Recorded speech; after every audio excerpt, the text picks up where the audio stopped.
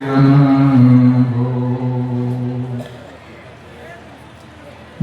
अर्चनीय वंदनीय सदा सर्वदा विराजमान परम आराध्य श्री सद्गुरु महाराज के पावन श्री चरणों में कोटि कोटि नमन।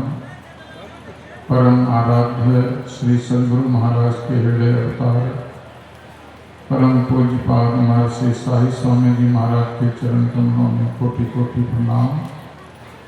ज्ञान ध्यान में लीन निज निवास में विराजमान प्रधान आचार्य श्री के चरणों में बारंबार नमन।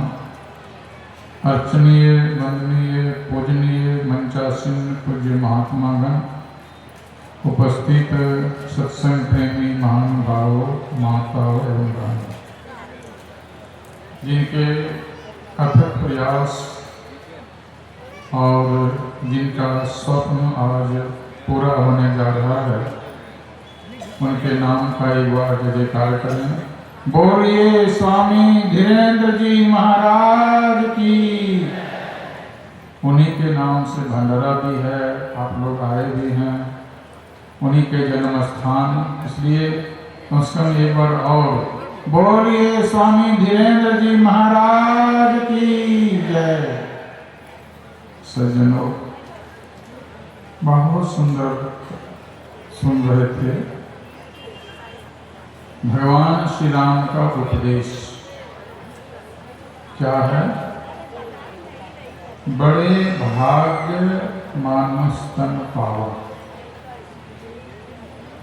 मानुष किसको कहते हैं? संतों ने कहा मनुष्य कहते हैं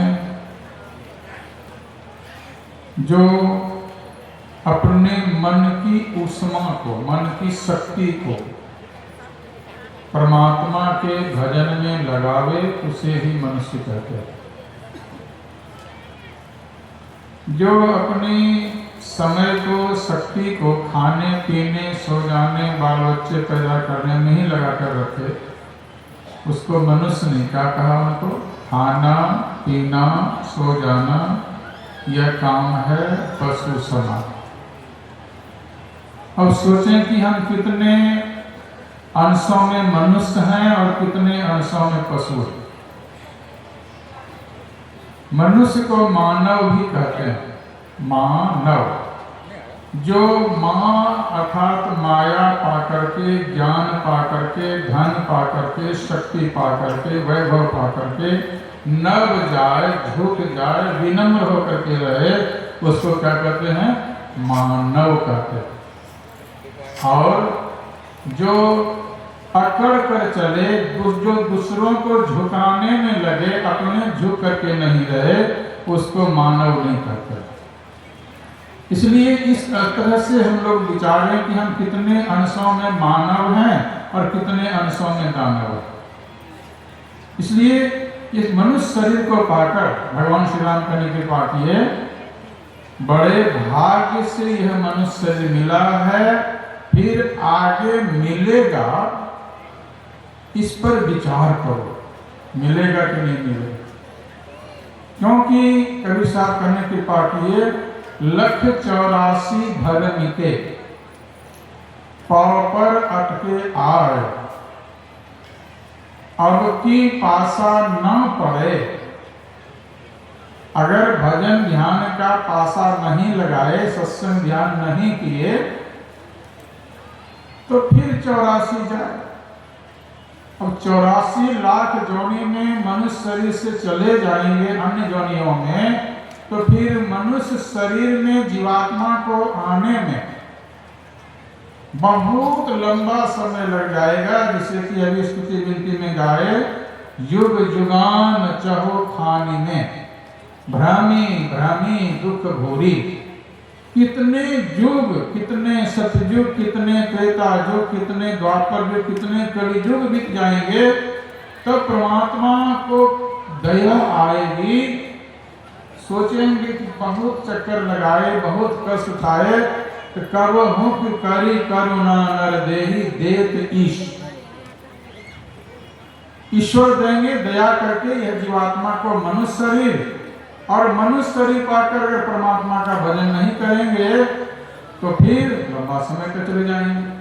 इसीलिए संतों ने कहा नरतन पाए जतन कर ऐसा, यह मनुष्य शरीर मिला, इसे पाकर जैसा जतन करो, क्या करो जतन, जिससे वह करतार मिले। यह मनुष्य शरीर पाने का एकमात्र लक्ष्य है परमात्मा को पाना,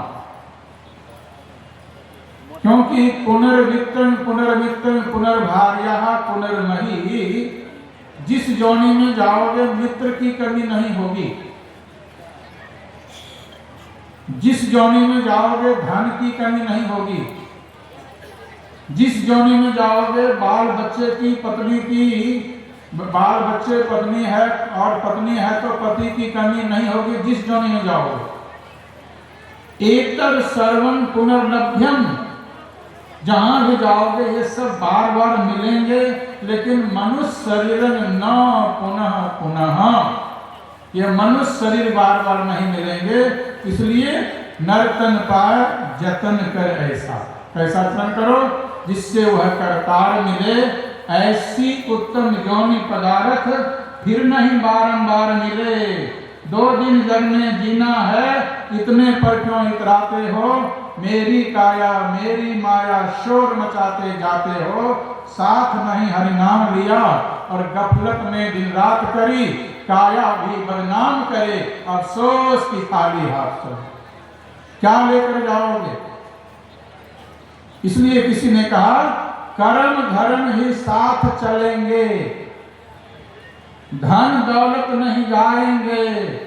लालच करने वाले लालची अंत समय पछताएंगे, हाय हमने कुछ नहीं कर पाया। बटोरने में तो रावण भी लगा था, बड़े बड़े आए, ऐसे ऐसे राजा महाराजा लोग आए जिनके संबंध में गोस्वामी जी कहने की बात ये, अरब खरब लो संपदा, उदय अस्त्र लो राज, तुलसी जो निज मरण है, आवे कौनी काज। जब सबको छोड़कर एक दिन जाना ही है, ये धन संपत्ति किसी काम में आने वाला नहीं है। इसलिए इस धन संपत्ति के रहते क्या कर लो, परमात्मा का भजन कर लो, इसमें लगा लो तो उद्धार हो पाएगा।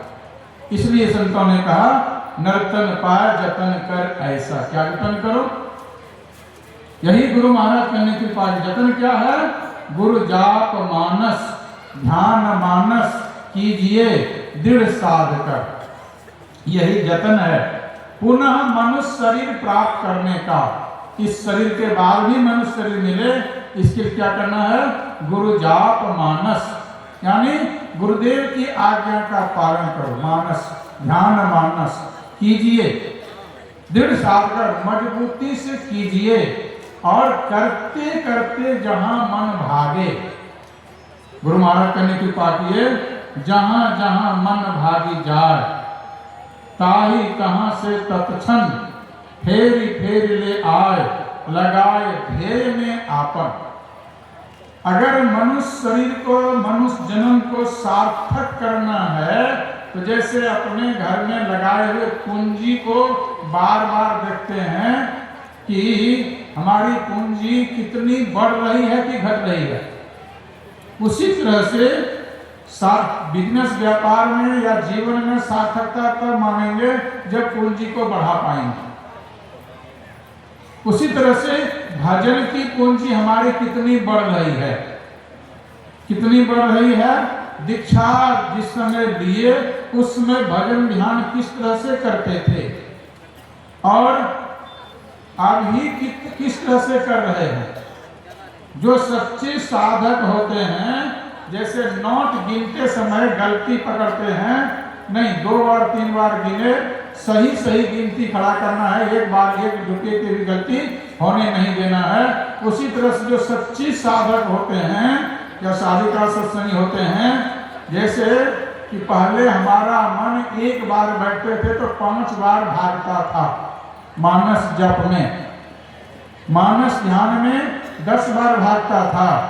क्या आज अपने अंदर हिसाब किताब कर रहे हैं कि कितने बार सुबह बैठे 3 बजे ध्यान करने कितने बार भागा, मानस जप में कितने बार भागा, और मानस ध्यान में कितने बार भागा, और दृष्टि साधन में नारायण संधान में कितने बार भागा। जब अपने ही भजन ध्यान का हिसाब अपने अंदर हम कर नहीं पा रहे हैं तो आगे बढ़ने के लिए जो सोच रहे हैं इस पर बहुत कुछ सोचना पड़ेगा। यही तो जतन है। इसलिए जतन करो करो जतन सखी साई मिलन की। परमात्मा से मिलने का जतन करो, और क्या जतन करो, अपने अंदर में किस तरह से, सदगुरु कहे पुकारी पुकारी भवन गवन पथ न्यारी। सदगुरु पुकार पुकार कर कहते हैं परमात्मा के भवन में गमन करने का, प्रवेश करने का पथ जो है वह न्यारी है, अलग बना हुआ। किसी का बना हुआ है, कन्ना पानी महा। 3 ही रास्ते हैं संसार में। एक रास्ते हैं जल मार्ग, दूसरे हैं थल मार्ग, तीसरा है वायु मार्ग। 3 रास्ते हैं। गुरु महाराज कहने कृपा किए, सदगुरु कहें पुकार पुकारी भवन गवन पथ न्यारी। ना पानी महा, पानी के द्वारा परमात्मा के पास नहीं जा सकते हैं, पानी रास्ता नहीं है। पत्थर से बना हुआ भी रास्ता परमात्मा के पास जाने का नहीं है। वायु मार्ग भी परमात्मा के पास जाने का साधन नहीं है। तो फिर परमात्मा के पास जीवात्मा को जाने का रास्ता किस चीज से बना हुआ, विचार करना चाहिए। तो सदगुरु महाराज कहने की कृपा किए, वह रास्ता बना हुआ है। कहां से, किससे बना हुआ है, का रास्ता बना हुआ है बिंदु नाद का मार्ग बना यह। बिंदु और नाद, इसी गुरु महाराज कहने की कृपा किए, धर चेतन धारा। चेतन का धार बिंदु और नाद के रूप में है। इसी को पकड़िए और चलिए अपने अंदर में। कहां से चलिए, तो संतों ने कहा चलने के लिए कैसे चलेंगे, तो कहा क्यों भटकता फिर रहा तू ऐ कला से यार में, रास्ता सहरग में है दिलवर पे जाने के लिए। रास्ता सहरग अर्थात सुषमना, जिसको दशम द्वार कहते हैं, वही एकमात्र रास्ता है और कोई रास्ता नहीं है। उसी कहते हैं महाजनो ये गतः सपांथा। उसी को महात्मा लोग असली रास्ता बताते हैं, और उस रास्ते पर चलना है जिसलिए कहा संतों ने कही राह यही शांति की असली। और शांति को जो चाहता तज और जो नकली, बार बाकी सब नकली रास्ता है। नकली रास्ते में रिद्धि सिद्धि आपको मिलेंगे, नकली रास्ते में चलेंगे धन दौलत की कमी नहीं होगी, नकली रास्ते में चलेंगे संसारिक वैभव की कमी नहीं, मान मर्यादा की कमी नहीं होगी। लेकिन परमात्मा की प्राप्ति नकली रास्ते में चलकर नहीं होगी। इसलिए परमात्मा को पाना चाहते हैं तो अपने अंदर में क्या है, संतों ने कही राह यही शांति की असली। कौन सी रास्ता है अपने अंदर में, तो क्यों भटकता फिर रहा कोई कला से यार में, रास्ता सहरग में है। कहाँ, दिलबर पे परमात्मा के पास जाने के लिए वह सहरग अर्थात सुषमना कहाँ है। गुरु महाराज कहने की कृपा किए, दो नैन बीचो बीच सन्मुख एक टक देखत रहो, आप ही वह बिंदु झलके पट गिरा निरखत रहो। वह रास्ता कहा, दो नैनों बीच सन्मुख, वहां है असी कहते हैं सुषमना। सुषमना में अगर थोड़ा देर भी ठहर जाएंगे, संतों ने कहा सुषुम्नायाम यदा योगी क्षणैकमपि तिष्ठति। सुषुम्नायाम यदा योगी क्षणार्धमपि तिष्ठति।